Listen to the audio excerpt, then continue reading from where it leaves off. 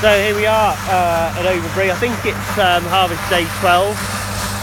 It's the 26th of July, and we're right up on the top of Bredon Hill. We're getting on for probably 950 feet above sea level here. We're in a crop of Daytona peas.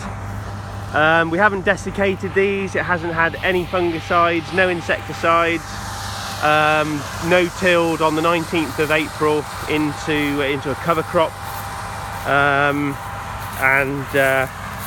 Yeah, absolutely delighted with the way these look, how they've stood up, and how they're combining with the Bredon header, bearing in mind this is quite stony field, a nice little group of fallow deer just right up on the horizon there.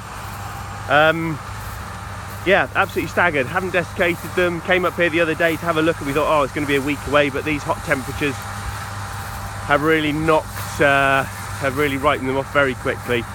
Moisture is about 16.9, so that's absolutely spot on. Hopefully they'll be combining without too much damage. They've got a lovely colour to them, really deep blue, bluey green colour. Here we have some that I harvested myself yesterday to check for the moisture. So yeah, just I mean, it all depends on the yield, but looking absolutely fantastic. So fingers crossed.